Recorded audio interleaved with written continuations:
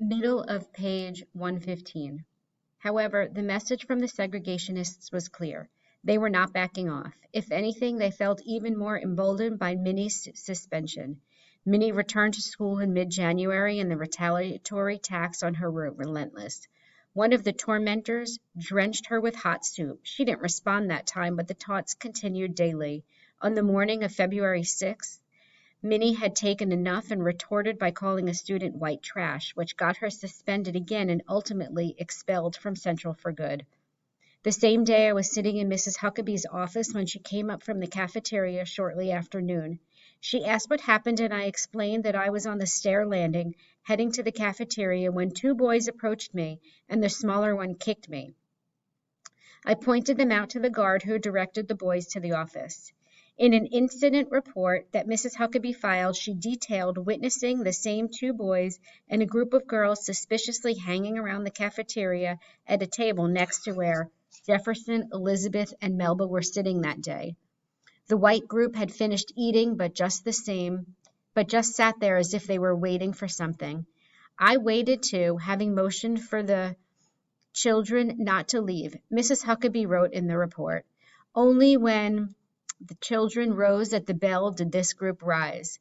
I placed myself between the two groups at the door, made a slight delaying maneuver, and motioned for the guard to follow the children."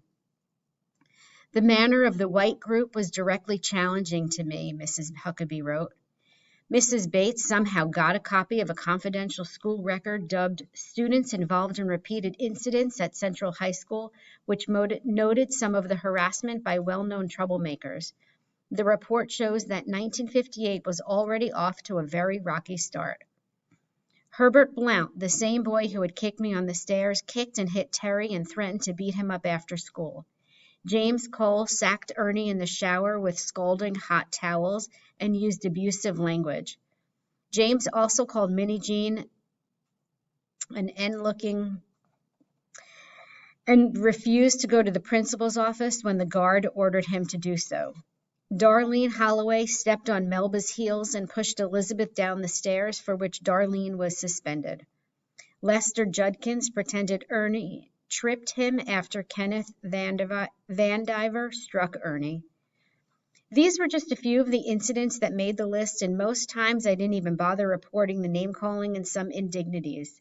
My days were so stressful that I didn't entirely feel bad for Minnie Jean that she was expelled. At least she was free from the troubles at Central. Mrs. Bates and the NAACP arranged for her to move to New York and live with Drs. Kenneth and Mamie Clark, the renowned African-American psychologist whose research using black and white dolls showed the devastating effects of racism and segregation on Black children. The findings had been essential on the success of the Supreme Court's Brown decision. Mamie Clark had grown up not from Little Rock and Hot Springs, Arkansas, where she attended segregated schools.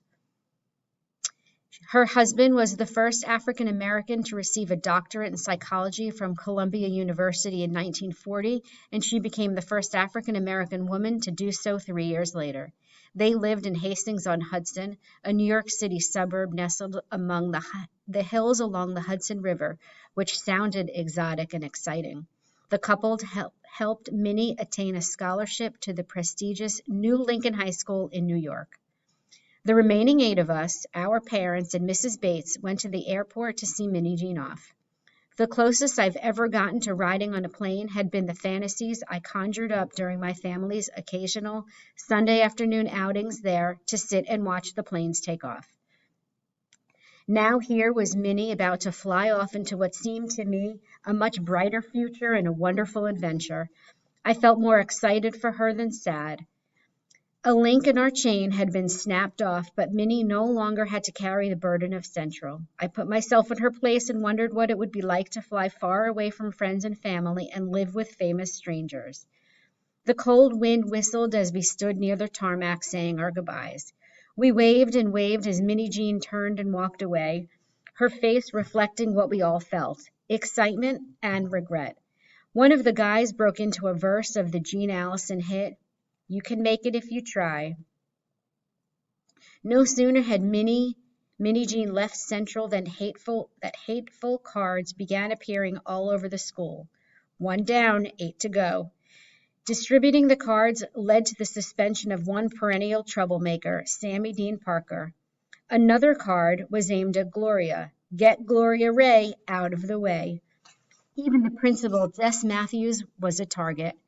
That white trash Matthews named Jess sure got Central in a mess. The kids, if they're white, he deprives of their rights. He's a Kansas lover, I guess. I never saw a card bearing my name, but the segregationists were busy in their campaign to get rid of the rest of us. And sign or not, we all knew it. We knew, too, that the troublemakers were organized in their campaign to punish us physically. One of the cards found around school invited white students to attack us. Good only until May 29, 1958. Bearer may kick rumps of each CHS once per day until above expiration date. Last chance, boys, do not use spiked shoes. Signed, Daisy Blossom. School administrators regularly took similar cards away from students or yanked down the brazen signs scrawled on notebook paper and posted throughout the school. Practically everywhere I walked, I felt like one big bullseye. That's exactly how I felt at lunchtime on March 12th as I headed down the stairs from the 3rd floor and suddenly felt a round blob of something wet smash against me. I had been hit by a tomato.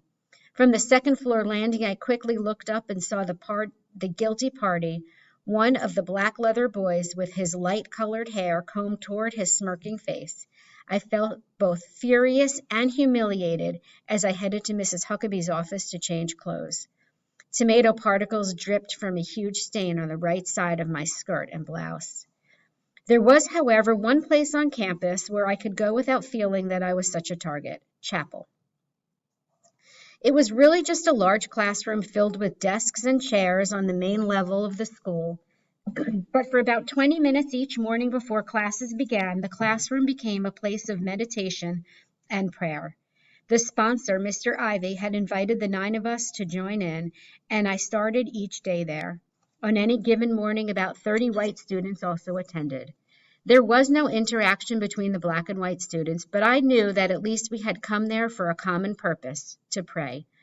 Mr. Ivy usually asked the white students to lead the program, which generally included a Bible reading, prayer, and hymns, my favorite part of the service, especially the old standard, Amazing Grace.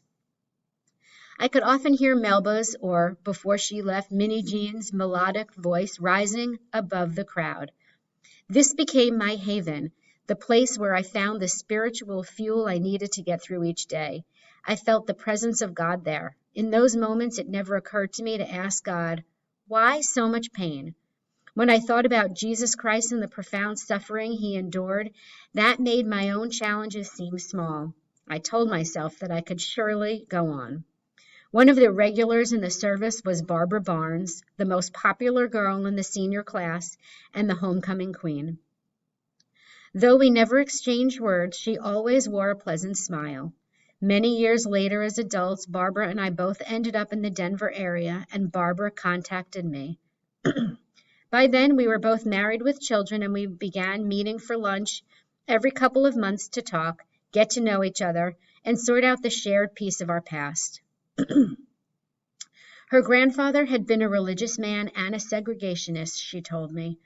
He had wanted her parents to withdraw her from Central that year, but Barbara said she used the Bible to question his beliefs. What about loving your neighbor as yourself and doing unto others as you would have them do unto you? And what about the family's black maid who had cooked their meals, cleaned their home, and rocked their babies? Didn't he claim to care about her? What if those 9 black students were her grandchildren? Surely he wouldn't mind his granddaughter going to school with them, Barbara prodded. Eventually, her grandfather relented, but the kids at school were another story. Barbara just got just a taste of what the 9 of us experienced daily as she walked to chapel one day with Ernie.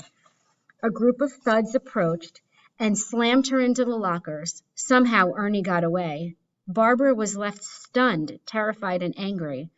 Imagine living with those feelings practically every minute of every day at school, I told her. She finally understood. Barbara has since passed away, but I've stayed in touch with her husband, Sterling.